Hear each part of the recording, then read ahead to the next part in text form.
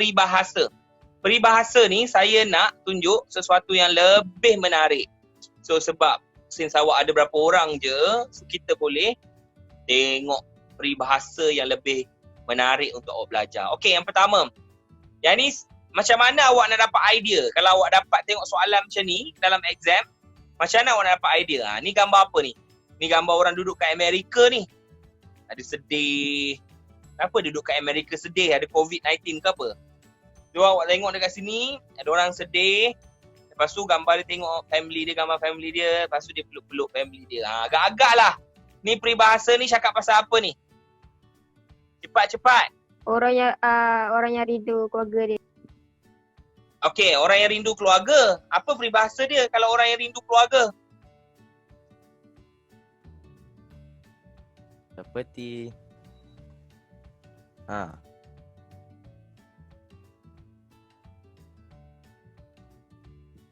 rindu keluarga. Lepas tu tengok gambar. Lepas tu dia peluk bapak dia atau peluk mak dia. Tu apa tu?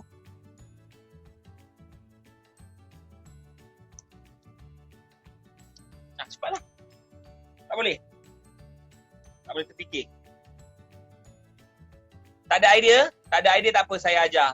Okey, gambar ini menunjukkan orang yang rindu akan kampung halaman. Bila dia rindu, dia kata dia nak apa? Nak balik. Bila dia nak balik dan dia nampak kat bawah tu gambar dia balik dan dia peluk. Dia dah balik pun. Balik. Bila dia dah balik, peribahasa yang sesuai untuk tunjukkan orang yang dah balik ialah seperti belut pulang ke lumpur atau ikan pulang ke lubuk. Ni dua-dua ni benda yang sama Okey, jangan guna yang ikan dengan belut ni sama-sama. Kalau dia minta dua, ada satu lagi. Yang kedua apa? Saya tulis Okey. Setinggi-tinggi, saya tulis dulu setinggi-tinggi terbang bangau akhirnya bagaimana? Hingga di belakang kerbau juga. Okey. Ni. Nampak tak? Tak nampak. Saya bagi. Nampak? Ni saya tulis.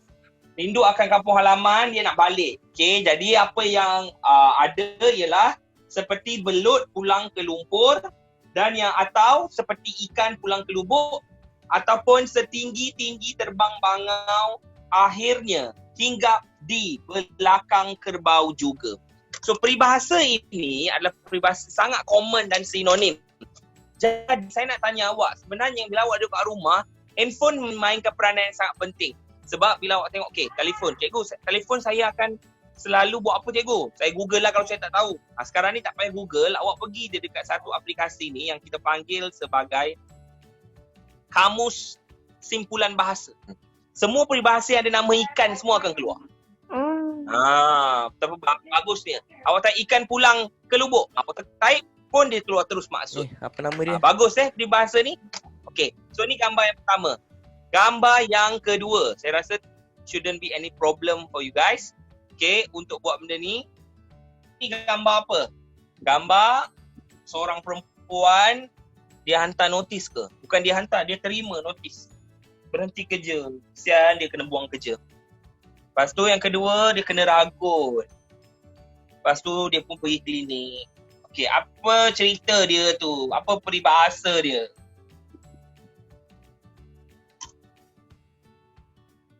Cepat. Awak type dekat kamus pro tu, kamus simpulan bahasa tadi tu, awak akan nampak. Jatuh di timpa tangga. Okay, sudah jatuh di timpa tangga. Very good. Lagi? Saya tolong tulis awak. Okey, jap. Sama. Sudah. Satu. Ditimpa tangga. Yang kedua, sudah lagi. Sudah apa? Sudah basah kehujanan pula. Sudah. Jadi sudah basah kehujanan pula ataupun sudah basah kehujanan. Okey. Pun boleh. Ini betul, ini pun betul. Dapat markah.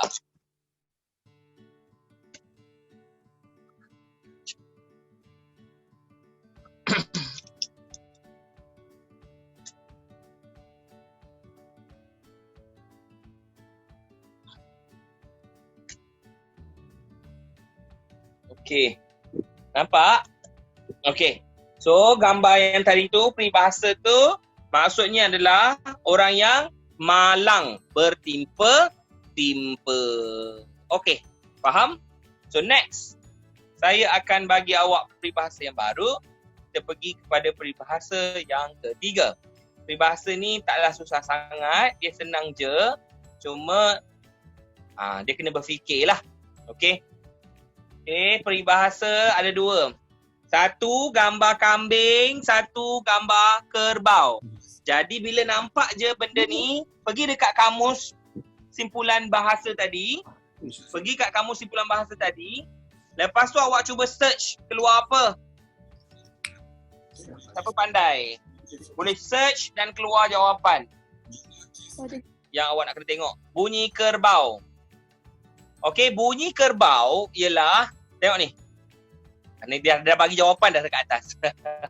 Masuk kandang kambing mengembek, masuk kandang kerbau menguak. Kenapa kerbau menguak? Dia dah cakap. Sebab hal ini kerana bunyi kerbau sebenarnya uak. Contohnya macam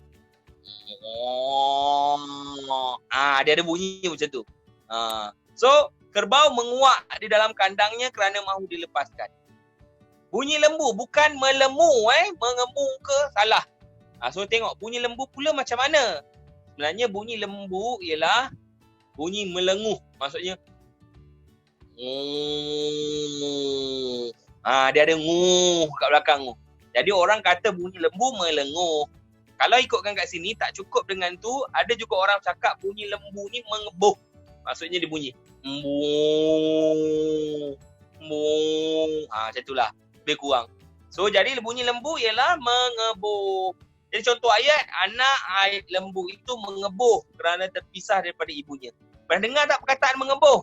Tak benar. Kan? Orang ni apa pun tak tahu. Mengebuh tak tahu. Okey. Bunyi ayam berkokok. Kita tengok berkokok. Yes. Biasa senang Selain daripada kokok, sebenarnya ayam ada bunyi lain juga, iaitu seperti berketuk. Iaitu bunyi dia selesai bertelur dia punya. Sebab tu dia bunyi ketuk. Nampak tak orang Melayu kreatif berketuk. Harus diingat juga ayam juga berbunyi kiok.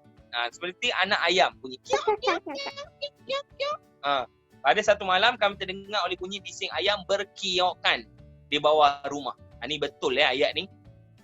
Kucing iau. Iau ialah bunyi kucing, jadi bunyinya mengiau. Juga bunyi kucing mengiong. Contoh, dari tadi lagi kucing itu mengiong. Lapar agaknya. Bunyi itu. Okey. Mendekus. Juga bunyi kucing, iaitu mengeluarkan bunyi menghembus-hembus. Contohnya macam kucing marah. Okey. Bunyi kuda, kita boleh panggil dia meringkik. Okey. Bunyi bising meringkik. Okey. Right. So itu adalah bunyi binatang.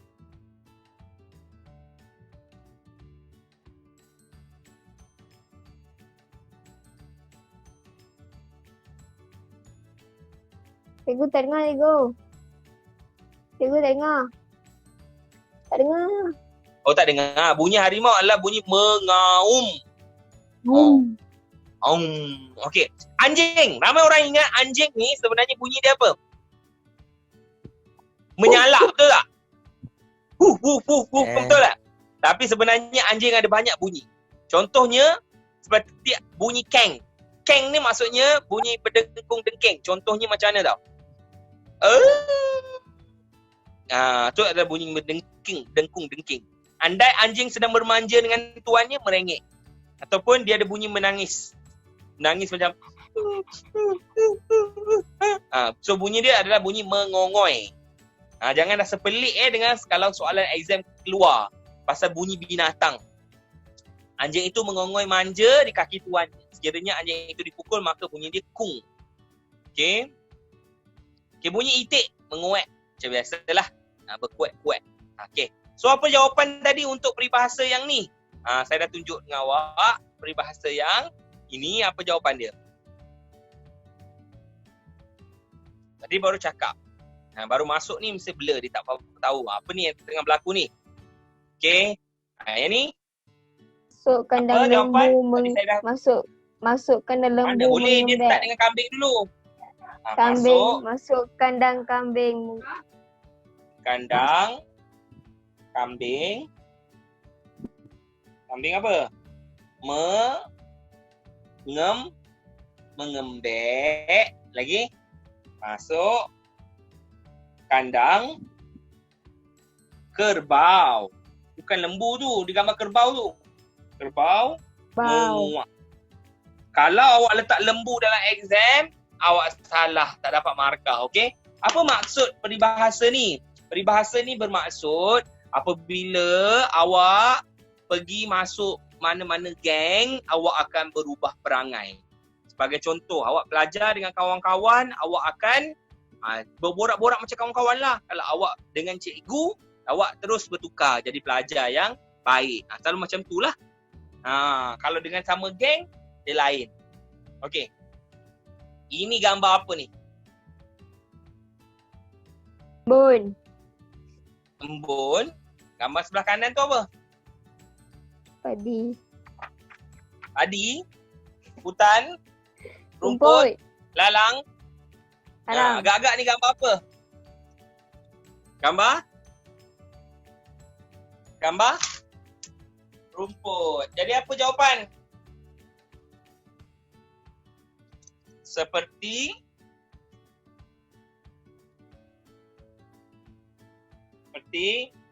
embun di hujung rumput. Apa maksud embun di hujung rumput ni? Apa maksud embun di hujung rumput? Sebab saya dah suruh awak cari dalam kamus. So awak akan type dalam kamus, awak type embun, ada tak? Tengok saya tunjuk Okey, embun. Okey, nampak? Okey, ada nampak tak? Embun di hujung rumput maksudnya sesuatu yang tidak kekal. Contohnya macam ni. Jika awak bercinta, dia tak kekal milik awak. Tapi keluarga awak kekal sampai matilah. Tapi keluarga pun tak kekal. Yang kekal hanyalah syurga atau neraka yang kekal abadi. Sampai bila-bila. So, duduk rumah banyak baca Quran tak? Baca buku. Semayang cukup tak? Kena tengok juga benda-benda macam tu. Okay? Alright, last peribahasa ada 4 set. So, tengok. Okay.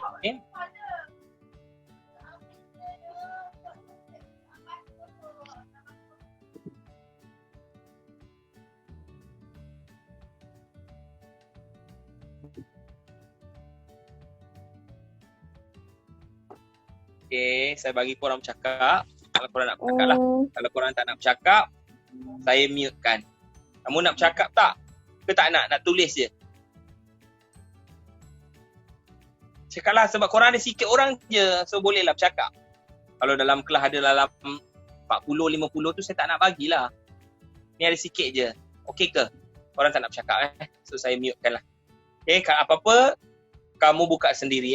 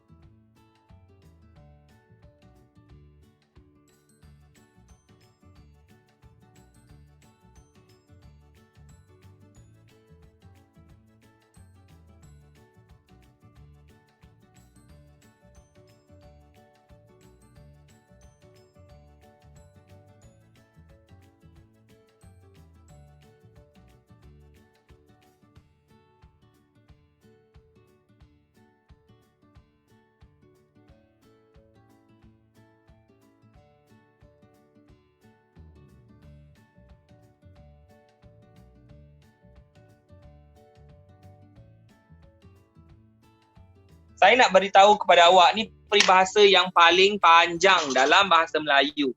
Kalau awak dapat jawapan, awak tulis type dekat bawah ni. Okay, kita tengok dekat sini ya.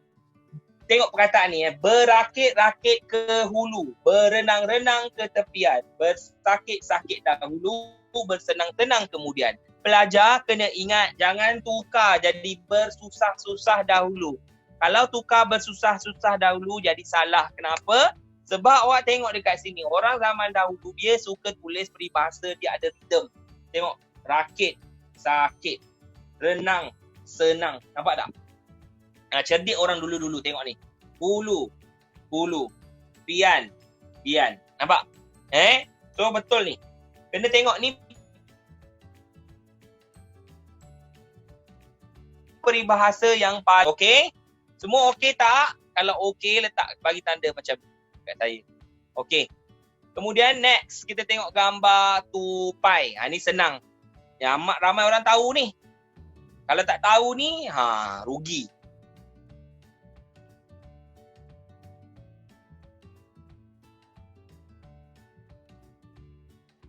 Sebab ini paling sentai kat bawah.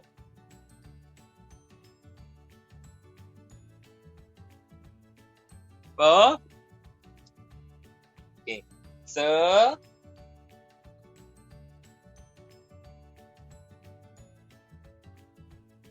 Melompat,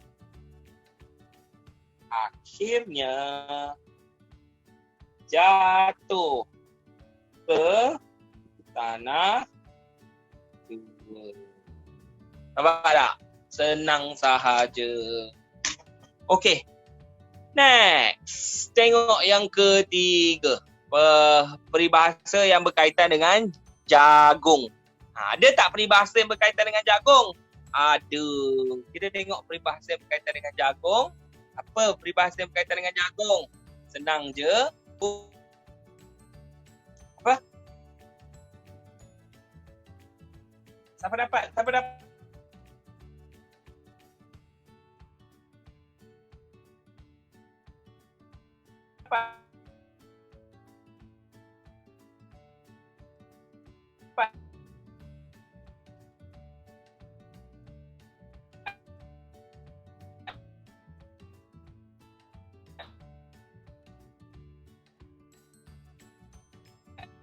Bagi hadiah ni. Cara padi masak. Okay, apa maksud dia? Maksud dia mudah je. Maksudnya apa? Buat kerja lain dahulu sementara menunggu sesuatu perkara. Saya bagi satu contoh. Apa berjagung-jagung yang awak selalu buat? Contoh lepasan SPM. Awak ada kakak atau abang, yang dah habis SPM. Jadi sebelum dia masuk atau sebelum dia tunggu keputusan, sementara dia tunggu keputusan SPM, mereka akan bekerja. Mereka akan mengisi masa lapang. Jadi yang tak isi masa lapang tu tak bolehlah guna peribahasa ni. Yang ni yang guna masa lapang dengan sebaik-baiknya. Iaitu dia kata buat kerja lain dahulu sementara menunggu suatu perkara. Maksudnya kakak atau abang awak dia buat macam contoh GrabFood ke, dia buat apa lagi, dia buat part time, kerja KFC ke, kerja McDonald ke, sementara menunggu keluar keputusan SPM. Itu maksudnya.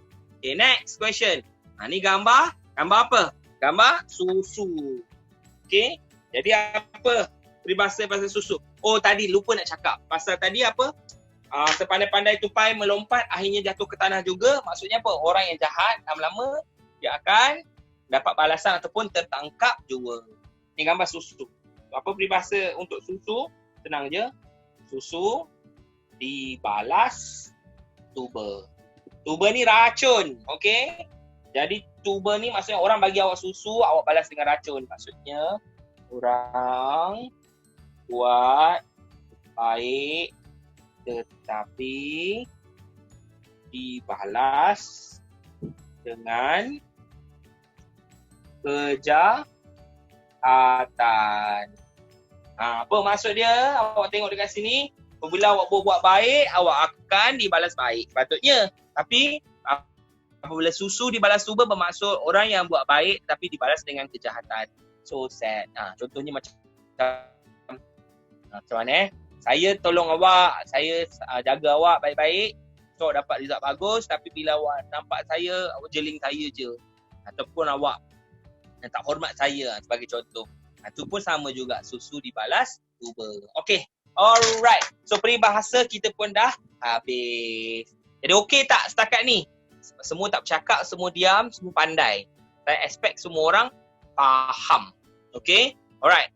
Next question. Okay. Soalan lain. Kita pergi ulasan. Keluarkan kertas.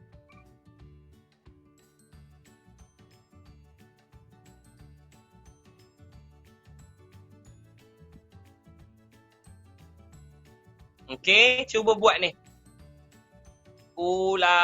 Sorry, ini bukan ulasan. Ini karangan pendek. Maafkan saya.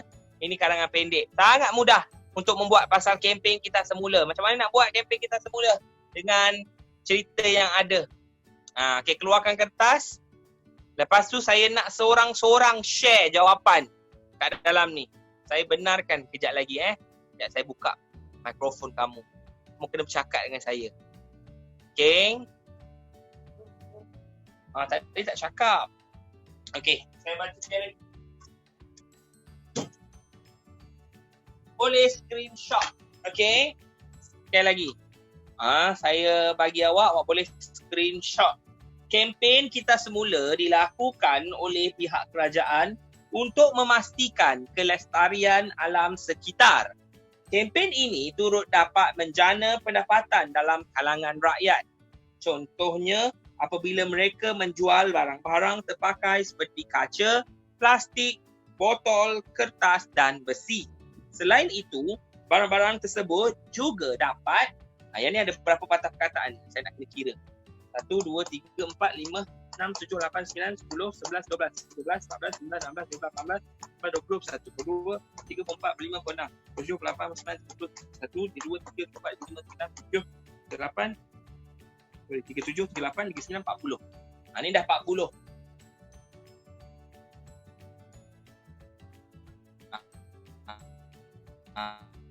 Sebab kita tak nak lebih daripada 80.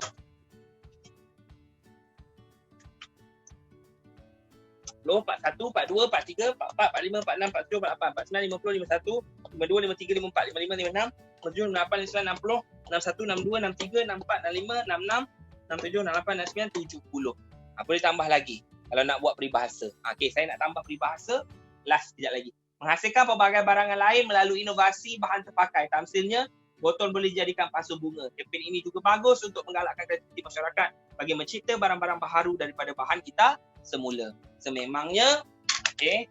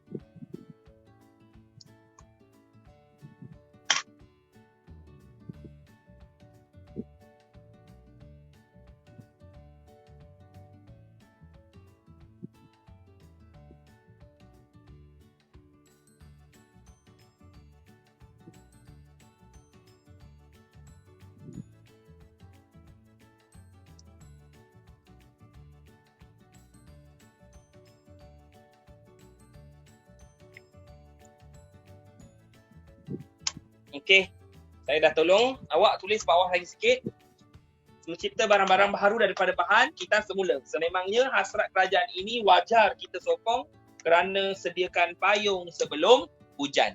Kenapa tiba-tiba pasal sediakan payung sebelum hujan? Sebab kalau amalan kita semula ni, kita semula semua barang-barang kita akan kehilangan sumber yang ada. Jadi saya dah tambah tadi 70, 71, 72, 73, 74, 75, 76, 77, 78, 79. Jadi cukuplah 79. Okey ke? Danish okey? Semua tak nak letak muka, semua malu. Saya pun tak tahu. Danish je tunjuk muka. Hai Danish. Okay. Alright. Boleh tak? Semua okey? Okay. Kalau dah tunjuk. Okay. Alright. Saya nak tunjuk benda lain lagi. Okay, ada satu lagi.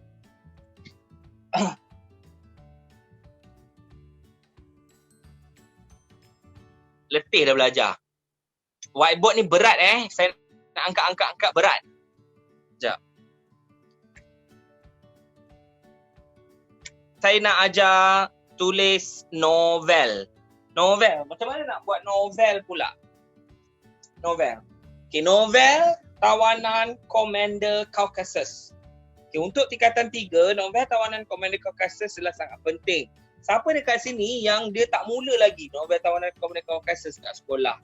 Tolong bagi simbol ataupun angkat tangan. Saya tak tahulah awak dah belajar ke belum. Sebab saya nak ajar awak, awak angkat tangan lah. Janganlah senyap-senyap je. Ni awak online pasal awak buat apa benda.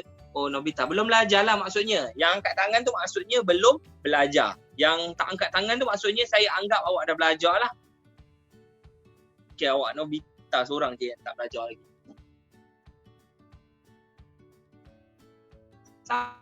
Apa Nobita ni? Tawanan Commander Caucasus ialah sebuah novel karya Ruzaini Yahya.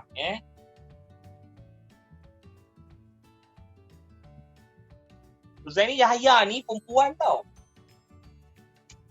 Dia mengajar, dia dah besar dah. Dulu dia mengajar di sekolah menengah dekat Johor. Okay. Beliau mengajar tingkatan 6. Novel ini merupakan pemenang tempat ketiga hasil karya puisi Kerajaan Negeri Johor tahun 2010 tak silap saya. Dia menang anugerah nombor 3. Okay, so maksudnya cerita ni baguslah sebab dia menang anugerah. Jadi cerita pasal Tawanan Commander Caucasus ni, Tawanan Commander Caucasus ni bukannya susah mana pun. Dia ada watak-watak yang simple je yang awak kena ingat. Nama watak utama dia perempuan. Dalam cerita ni dia cerita pasal girls power. Nama perempuan itu ialah Farhani.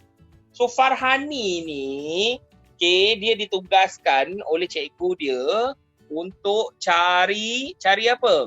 Kalau awak nak tahu. Okay, cari kumbang. Kemudian dia tersesat masuk sampai ke dalam dunia kumbang.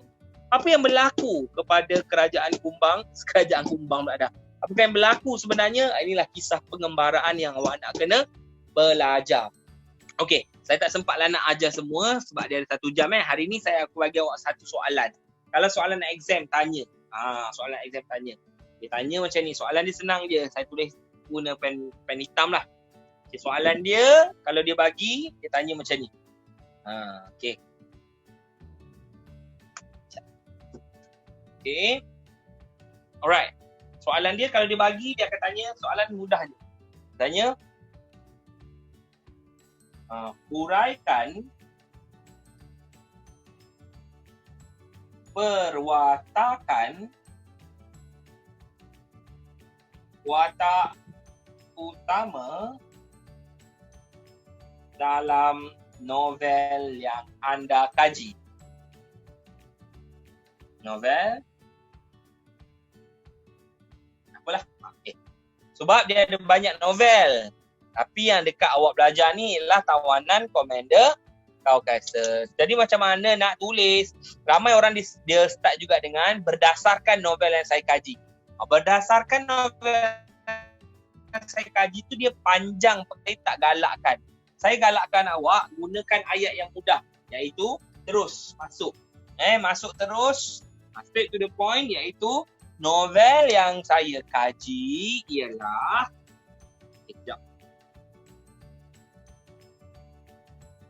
Okey. Novel yang saya kaji ialah, okey, nampak tawanan Commander Caucasus, karya Ruzaini Yahya.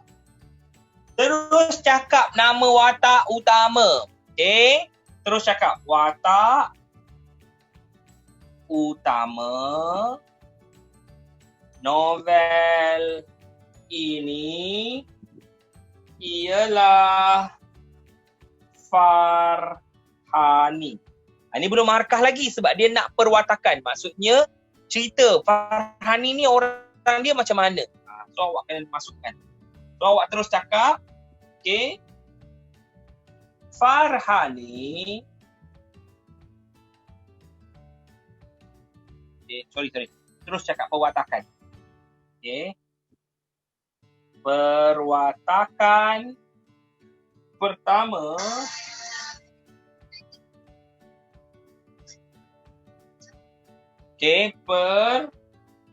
perwatakan pertama ialah seorang yang baik hati. So kalau awak tulis baik hati je tapi tanpa contoh, macam mana nak tulis contoh? Contohnya awak kena bagi watak dan peristiwa. So apa baik hati? Saya terus bagi watak dia, peristiwa dia. Saya tulis pakai pen merah supaya awak nampak baik hati. Jadi bila awak cakap baik hati, apa nak cakap? Buktinya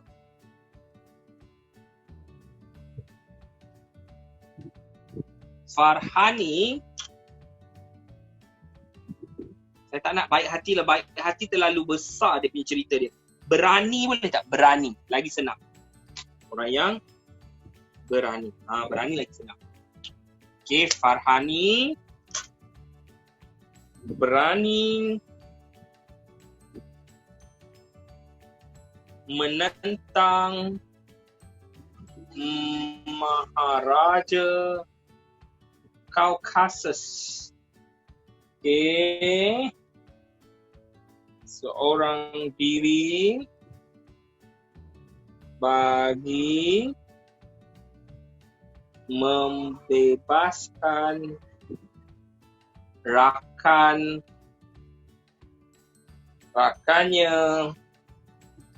yang lain. Nak cakap rakan-rakannya yang lain tu pun boleh cakap nama seperti Kim Yong, Wei, Devnas dan sebagainya. So ini ayat yang pertama kalau awak tulis dalam exam. So awak boleh screenshot kalau awak tak sempat nak ambil. Okay. Alright, kalau tak sempat, kalau perlukan time, bagi saya tanda macam ni. Angkat tangan ke? Alright. Angkat tangan kalau nak salin. Okay, dah. Alright. Nobita, kalau dah sudah salin nanti letak tangan. Ke nak screenshot? Dah. Okay. Angkat tangan tu maksudnya dah lah tu kot. Ada lagi? Ada lagi orang lain nak salin? Putri, Damia, Saidatul. Okay ke? Danish? Dah. Okay, saya letak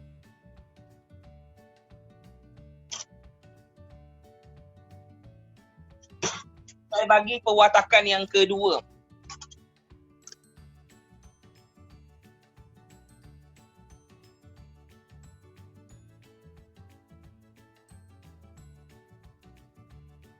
Sikit lagi, last. Okay, sebab nak bagi geografi pula ni. Okay. Perwatakan kedua pula ialah seorang yang bijak. Buktinya, tadi dah bukti Bagi contoh. Contohnya, Saya tak payah guna pen merah lah, saya pakai pen biru je. Farhani berjaya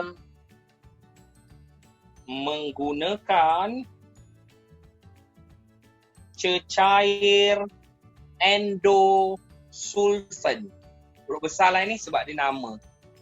Cecair endosulfan. Untuk kembali ke dunia nyata dan membebaskan diri daripada tawanan Komander Caucasus. Itulah cerita dia. So, bolehlah screenshot dan ambil. Tadi saya cakap pasal dia seorang yang berani. Yang ni saya cakap dia seorang yang berpandangan jauh. Bijak. So, contohnya Farhani. Bukan berjaya. Kena guna bijak kan. Farhani bijak menggunakan cecair endosulfan untuk kembali ke dunia nyata dan membebaskan diri daripada tawanan Komander Caucasus. Okey, itu jawapan dia.